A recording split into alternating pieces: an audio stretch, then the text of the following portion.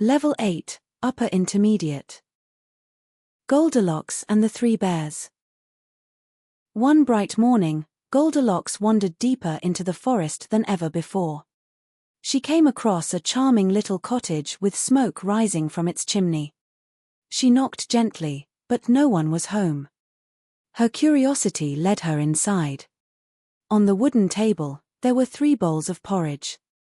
She tried the largest bowl, it was far too hot. She tried the medium bowl, it was far too cold. Finally, she tried the smallest bowl, and it was just right. She ate every spoonful. Next, she saw 3 chairs by the fire. The largest was too hard, the middle too soft, but the smallest was just right. When she sat down, the chair broke under her. Feeling very tired, she climbed the stairs and found 3 beds.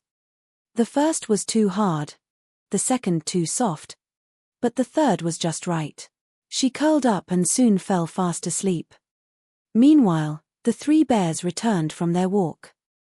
They noticed the empty bowl, the broken chair, and Goldilocks fast asleep in Baby Bear's bed. Goldilocks woke with a start, terrified, and ran out of the house into the woods.